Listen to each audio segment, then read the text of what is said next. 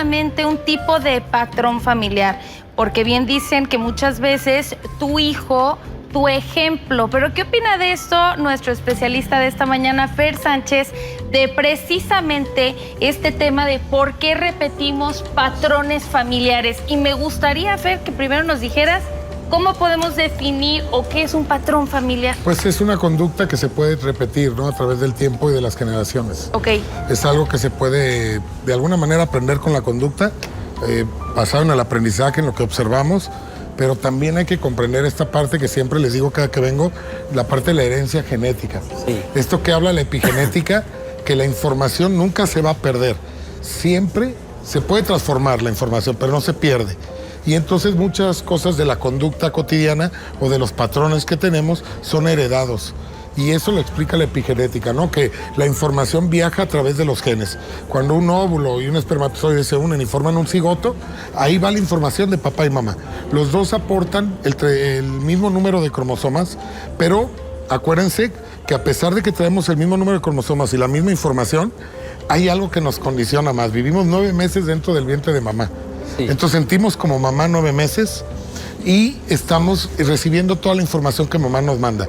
Ya esto de la epigenética ya es la parte de la ciencia reconociendo que la información sí se transfiere a través de los genes de persona a persona cuando tenemos hijos, ¿no?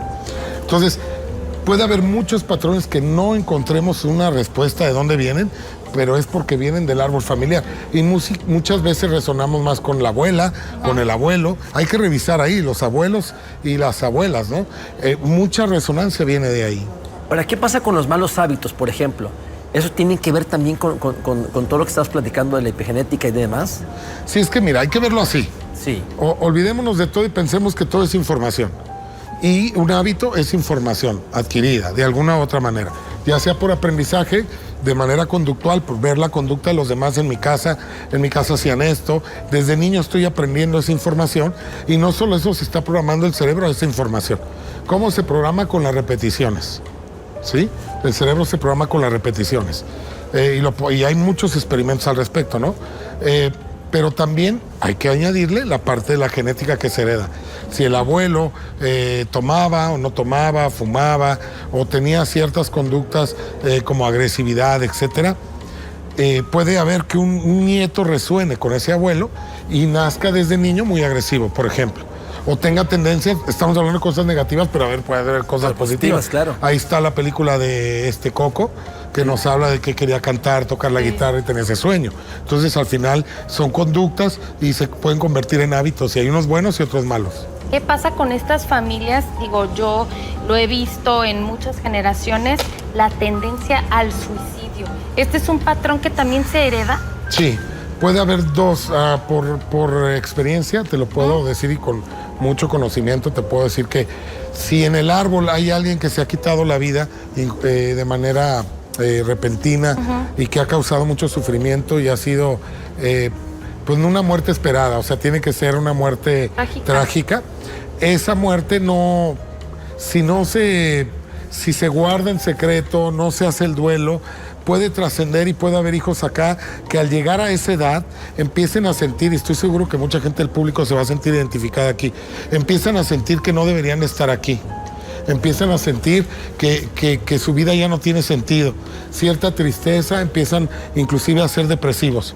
Y cuando nacen depresivos, o sea, desde que tienen uso de razón, ya tienen tristezas, resuenan más con un aborto, por ejemplo, un bebé que abortó.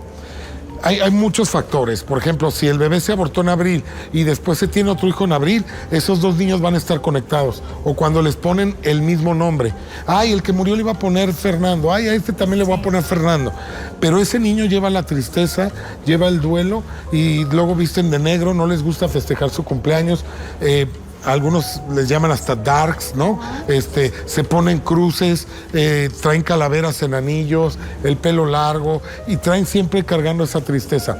También cuando son niños gemelos y uno se pierde, arriba del 80% según la biología se pierde, son gemelares los embarazos, se pierde uno. Es fácil saberlo, muchas veces se manifiesta en la nariz cuando las fosas de la nariz son muy redonditas y son parejas las dos, muy parejitas. Es muy probable que tú te hagas un hijo gemelar, que tú hayas sido un hijo gemelar, pero el bebé se perdió. Normalmente hay sangrado, les dicen que es porque es embarazo de alto riesgo, pero realmente pierden un bebé. O bien un bebé absorbe al otro, queda uno solo y esos niños nacen sintiendo que les falta alguien, siempre se sienten solos, no les gusta festejar también su cumpleaños y llevan cierta tristeza y cierta soledad. Porque venían acompañados, se quedaron solos y normalmente pesan el doble de lo que deberían de pesar. Ahorita, hablando de los abortos, justamente ya tenemos preguntas de nuestro público y dice, yo aborté por voluntad propia cuando era joven, ahora ya tengo una hija, ¿puede ser que se repita con mi hija? Sí, pero no nos tenemos que paniquear, ¿no? O sea, no es una regla.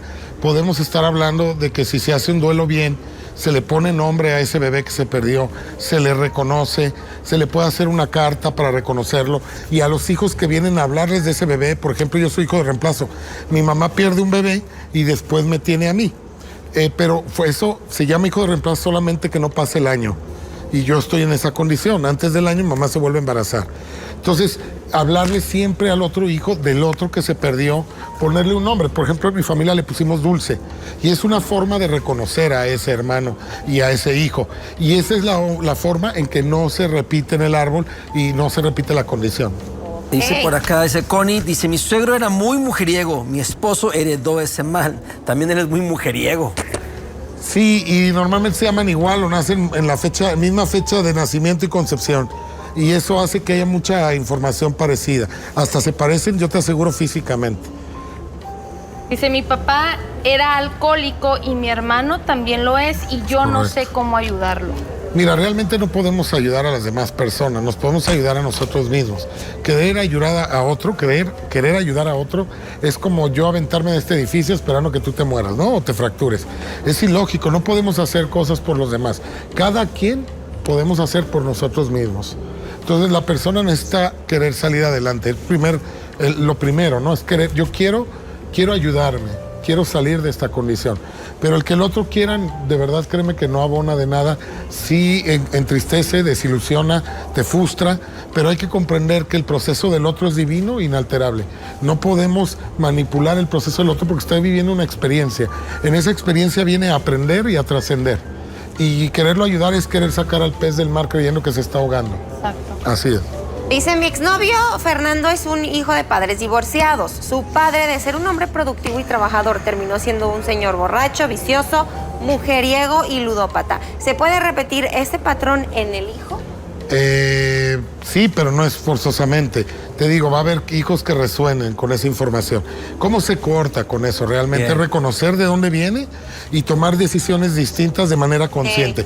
Porque el que es ludópata igual que el papá, el que es alcohólico igual que el papá, no es consciente que está repitiendo las mismas heridas. Cuando hay adicciones hay cosas que no se han dicho. Entonces lo que tenemos que hacer aquí son trabajos en donde se hagan cartas de expresar todo el dolor que se siente. Con terapia, y sanar, supongo. claro. Sanar. Expresar. En AA lo que hacen es eso, es hacer que la persona exprese su dolor, no lo calle y no lo calme con el alcohol, ¿no? Claro. No alivie su dolor con sustancias. Aquí viene algo de lo que tú estabas comentando. Pregunta, ¿es malo no seguir el patrón familiar donde hay mucha falsedad, falta de educación, no hay principios y ni dignidad por sacar provecho a las demás personas y vivir muy liberales? No es malo. Yo, al no seguir con ese patrón, soy la mala de la familia por pensar diferente y prefieren hacerme a un lado. Quedo como la oveja negra de la familia. Sí, de repente hay hijos sanadores, hay hijos que salen de todo el esquema, ¿no? Mira, por ahí me preguntaba una persona, oye, mi mamá tuvo cáncer de seno. Yo también tengo cáncer de seno. ¿Voy a tener cáncer de seno? Pues la verdad es que la enfermedad no se hereda. Se hereda los patrones y la forma de responder. La madre tenía un esposo alcohólico que la golpeaba, se sentía desprotegida. Los senos son tejidos de protección. Reaccionan y hay cáncer de seno cuando la persona se siente desprotegida. Los hijos, si el cáncer se heredara, pues todos tendrían cáncer en el mismo lugar, no en otro, en el mismo, porque se heredó. Y no es así. Quien tenga hijas que se casen también con hombres alcohólicos y que las golpeen, es seguro, muy probable, que desencadenen cáncer de seno. Pero la hija que decide ser distinta, casarse con un buen hombre y que tome esa decisión de irse por otro lado, pues ella no va a tener los mismos síntomas ni las mismas enfermedades. Sí, sí. Y eso es sanar al árbol, es una manera de sanar al árbol.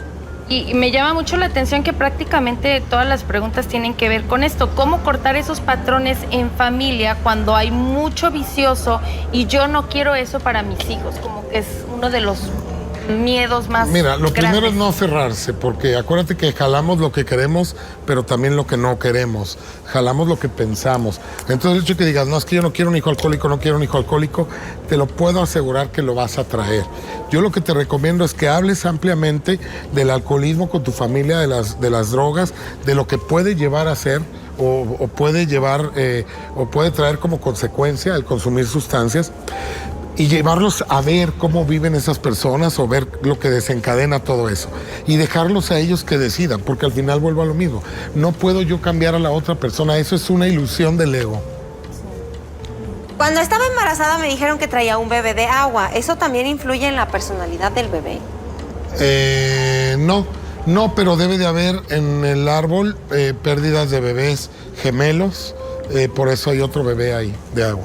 Dicen por acá, mi papá tuvo un accidente muy fuerte un día 6 de octubre y yo nací 10 años después, en un 6 de octubre precisamente.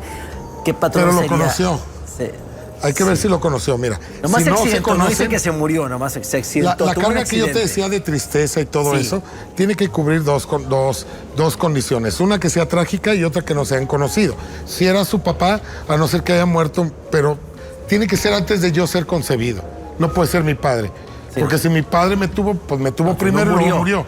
Ok, entonces sería como un heredero universal, podría ser, pero realmente aquí no tiene una condición como tal. Yo para mí lo que significa el que alguien querido muera en tu día de cumpleaños es más bien como una intención para que nunca lo olvides, como para que siempre lo recuerdes.